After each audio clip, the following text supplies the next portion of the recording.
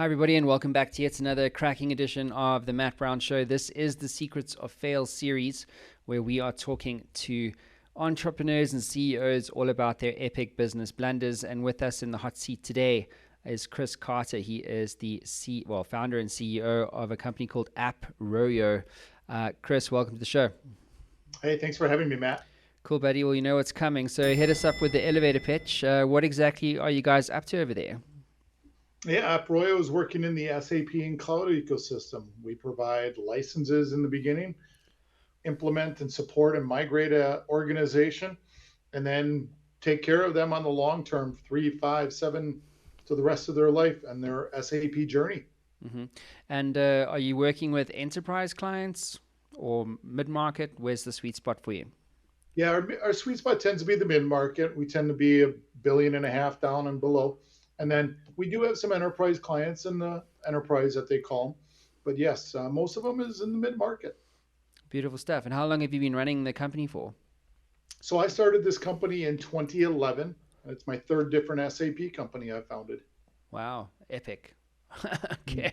Sounds like there's an We exit get somewhere into in the failure. That's where we get into our failure there. there. All right, well then let's get into that one then. Chris, what's your epic story of fail for our audience around the world today? So actually, one of the SAP companies I started called CCI. We unfortunately, I had to close down the business after one of my clients came to me and said, if unless you take a 60% price cut, we're sending all of our work over to India and we're going to let all of your staff go. And so, what is a guy to do? Literally, almost all of my eggs were in one basket. Hmm. And we ended up letting everybody go and closing the business to a certain degree and having to put it in a receivership. And what year was that, Chris? Oh, geez, that was 19. I take it back. That was 2005. 2005. Yeah, it's funny. I have a friend of mine, and he started his own liquor distribution business on the coast in South Africa.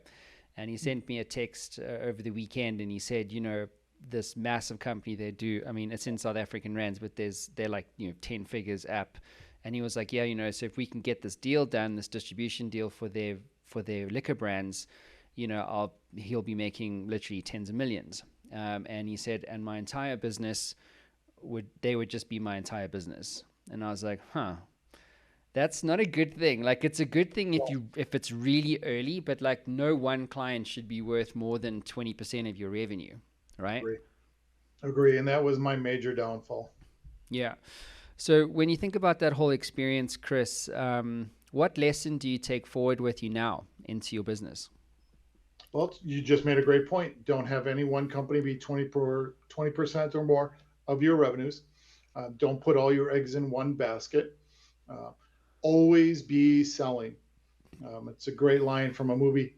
AB, always be moving forward, always trying to get new. I became I kind of became the babysitter of that one company that was so much of our company to make sure that they were happy. And at the end of the day, they didn't care. It was, we're doing this or you're doing this, and we're going to be one way or another. And it really gave me some insight that they care about their bottom line as much as I care about my bottom line. I know. So, I mean, obviously now you have hindsight, right? So I'm curious to understand from you, Chris. If you could get into the Matt Brown Show time machine and, do something differently, like what would you do differently? Well, I would work on my hair a lot more back then, make sure I don't get bald. But then the first thing I would do is I would take on that customer, but I would continuously be selling. I would make it so that customer wasn't the 70 to 80% of my business, and it would continuously come down, and I would have more clients doing more revenue, making sure that they were taken care of. And so they weren't that company hanging over my head that just like that, they're gone 2 months later. Mm. But it's also the challenge, isn't it? Because you have to sell and deliver, especially if it's very early on in the days. So when you're delivering, you can't sell, and when you're selling, you can't deliver. So you're kind of caught between a rock and a hard place, aren't you? Yes, and that's one of the next point that I would have made sure that I had somebody that was either selling or being the project managing and delivering with my staff, one or the other. So I didn't have to try to do both. And that's one of the things that I've changed with this organization is I brought in some great people and wrapped them around me. So I've got great people delivering, I got great people selling and marketing and doing the things that they do best. So it gives me the opportunity as the founder and CEO to do the things I do best. And I wish I would have learned that back in the early 2000s. Yeah, but that's the issue. That's the that's the hard thing, right? That's the tough That's part the about time failure, machine. right? Yeah. Yeah, This is man. why So we learn. yeah, yeah, absolutely. I think one of the things I've learnt for myself is to automate sales, but with a story and systems and technology. I'll talk to you about that when we meet next week. But it's because you just don't have, like, time is our most precious asset, right? So we don't have all the time in the world. And so you need a way to automate opening up relationships, but without even, I would say, doing it at a fraction of the cost of paying an SDR firm, because you're still going to drop like 5-10 grand a month on an SDR firm to fill up your pipeline, but there's no guarantee, right? And then there's 3 months of learning, and it's just a headache. It's like, fuck, now I must go and do this whole SDR story. Whereas you know what you're selling, you know who your customer is, and you're actually the best person to sell for you. So even if you outsource, oftentimes it's like, oh yeah, they're feeding me leads, but what does that actually mean? What is a lead? Yes. That you brought a great point. Getting them trained. Nobody sells better than you of your product. And I tell that to partners all the time as well. You do a great job of selling a cloud or a third party tool. I don't know that tool and I'm never going to learn it as well as you do. So when we partner, I fully expect your people to be engaged with me and us for to be able to go sell. If I'm going to bring you to a customer, your people better know their stuff inside and out. Mm. Chris, what's your advice to CEOs or entrepreneurs out there about the importance of failing or failure in becoming successful? So failure is always going to happen. It's failure is not an option, is not a word in our ownership, founders, CEO vocabulary. You are always going to fail, but you're going to learn from that failure. I learned a lot from that failure. I learn a lot from failures every day. Every day, every week, there's some type of a failure in my life, but I learn from it, and I'm going to do better against that issue or problem every day. So take those and learn from them.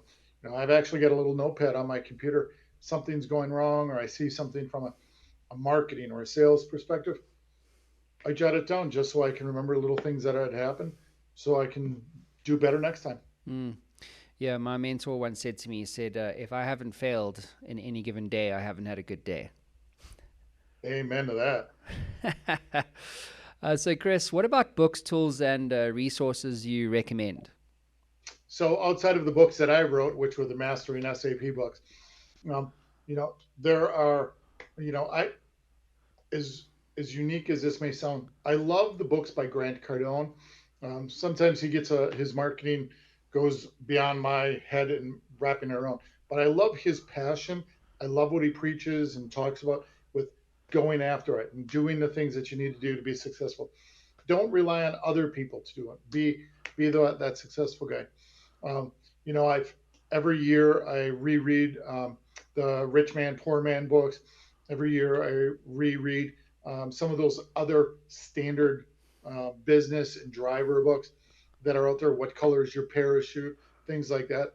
I've got some soft cover pages that I feel like I should probably get a new book because they're torn apart because I do go off and read them. Yeah. I listen to a lot of those business style books, and it's not even just for what their book says.